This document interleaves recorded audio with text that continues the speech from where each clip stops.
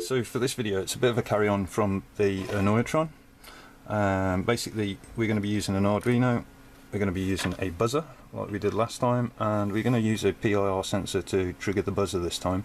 And in code on the Arduino, we're going to dictate what kind of noise the buzzer makes, and we're also going to control how the system should alert people when it detects movement.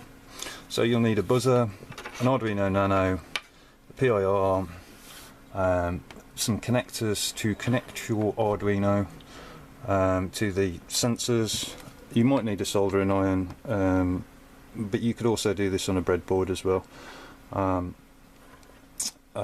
This USB cable to transfer the code and also to power the device. Whether you do it from a socket or a power bank is completely up to you. So let's get to the build video. Just going to get started. I'm first going to solder a lead to the PIR sensor, but we need to know what colours go to which connections. So I've removed the plastic cap off the PIR sensor, and on the PIR sensor here is written VCC, ground and input. So we're going to connect the three cables in the correct order now, and then we'll hook. This has already got the cables soldered onto it. I don't think there's any polarity on this, but connected the two cables onto the piezo buzzer already, so that's already done. And we're just going to have a look at this. So we've got VCC out and ground.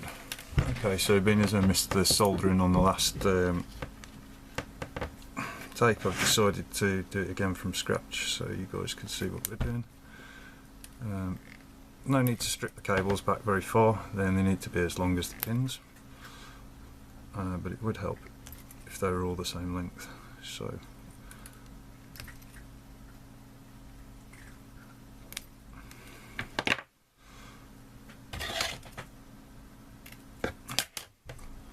that's what we've got there.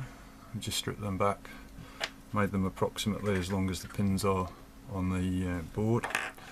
Now we're just going to pre-tin the cables, but first I'm just going to give them a little twist so they don't come all loose and then just end up with big globs of solder over everything. So give them a little twist like this, so when we tin them they stay together in one piece, which makes our life easy.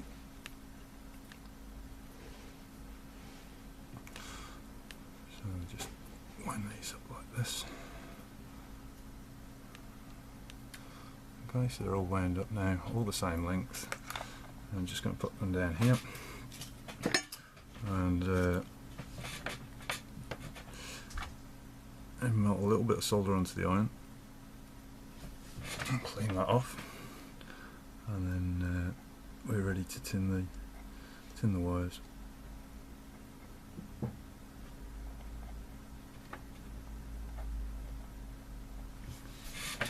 Okay, so the wires are tinned. I've already tinned the pins on the sensor, and we're going ground, signal, VCC. Before we do that, just to make things nice and neat and tidy, and we're going to put some heat shrink on each one of these wires. So let's bring that in shot. Red, blue, and black. Okay, so we're going black, blue and red on the way back. So because these are already tinned and we've already got solder on each one of the components, all we need to do is heat it gently and just hold it in place until the solder solidifies. So this blue one, align it down the pin, heat until the solder turns to a liquid, and then just hold it until it solidifies. So we've done the ground, we've done the signal, and we are now about to tack the VCC in place.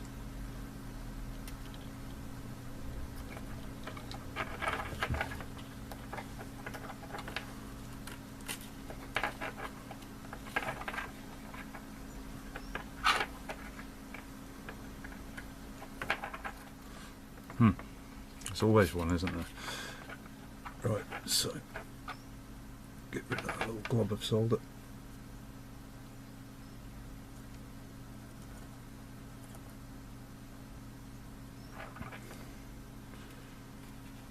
Okay, just check that there's no shorts and that nothing is touching. So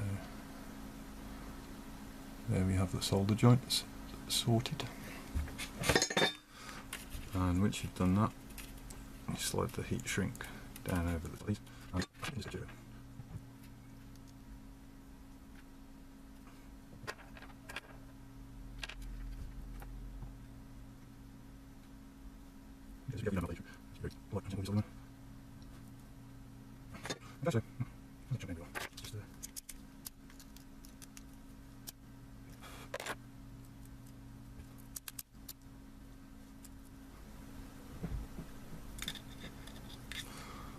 And there we go.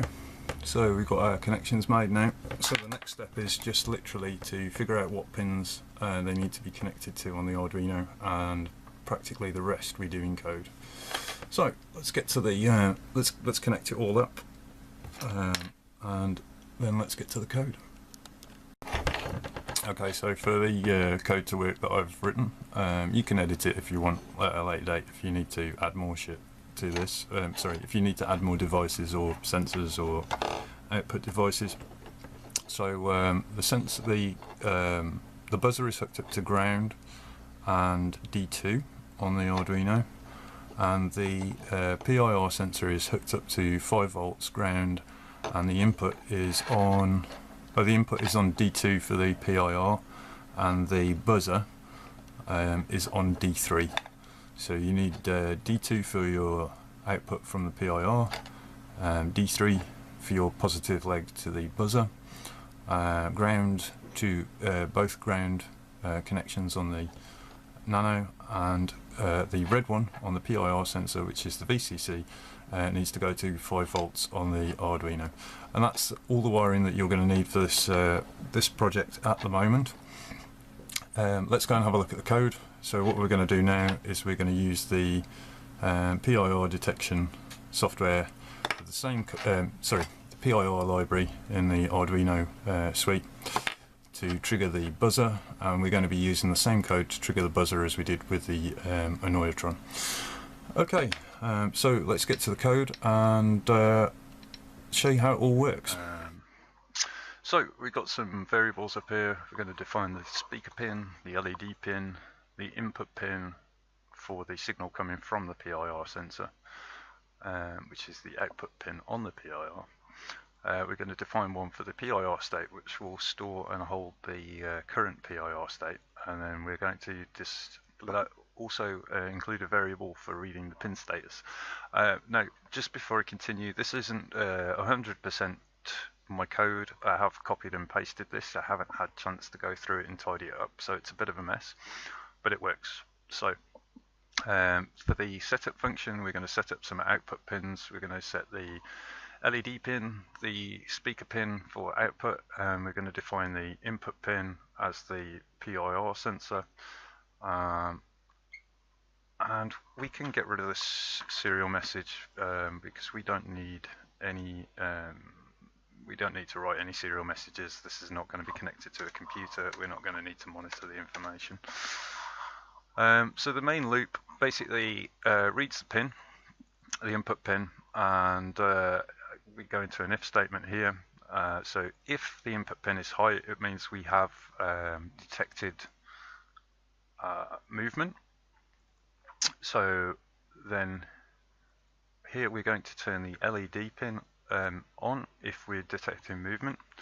So if the PIR state is already in its low state, so we haven't sent out an alert already, then we're going to play some tones using the play tone function that we used in the Untitled.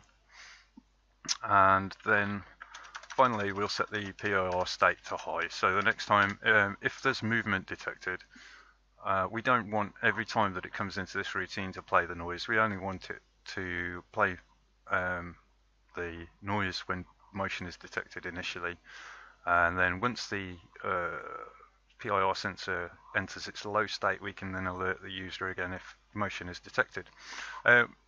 Here is where the PIR sensor goes low, which means no motion detected and it's in its low state. So we'll turn the LED off. We check if the PIR was in alerted state before and we are going to low, so it's not remaining on a low state. We're going to play a noise, and this is the reset noise, which is a slightly different tone to the one when it is initially detected. And we're not using serial, so I've commented out those lines. And finally we set the PIR state to low. The play tone function is exactly the same as the Annoyatron, just we're using some different code to trigger the noises that we're using. And these tones here are a lot more a lot more audibly pleasing is what I'm going to say. So now that we've looked at the code, I'll jump back to some more video and I'll just very briefly show you the device working. Okay guys, so I've got the device set up now with the buzzer and the PIR sensor hooked up to the Arduino, and when you put your hand in front of it or anything moves in front of this device, the Arduino will trigger the buzzer. It also gets triggered from reflections, so if you wanted to target your thing, you could put a piece of pipe or